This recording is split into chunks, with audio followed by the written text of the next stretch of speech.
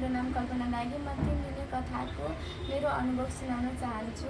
सर्वप्रथम म कथा लेखकको सर विजय राज आचार्य सरलाई धन्यवाद भन्न चाहन्छु, किनभने यहाँले हामीलाई के कसरी लेख्ने र अन्य कुराहरू सिकाउनु भएको छ।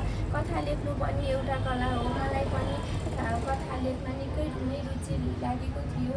यो कथा लेख्न सिक्दा अरू विषयमा पनि लेख्न र जान्न सकिँदो रहेछ।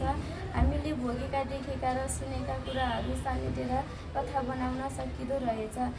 सुरुमा कथा लेख्न सिक्न जाँदा मलाई अल्छी लागेको थियो। लेख्दा लेख्दै मलाई गुरुले भनेका कुराहरू सुनेर रमाइलो लागेको थियो। यसले मानिसको सोचमा सकारात्मक प्रभाव पार्दो रहेछ।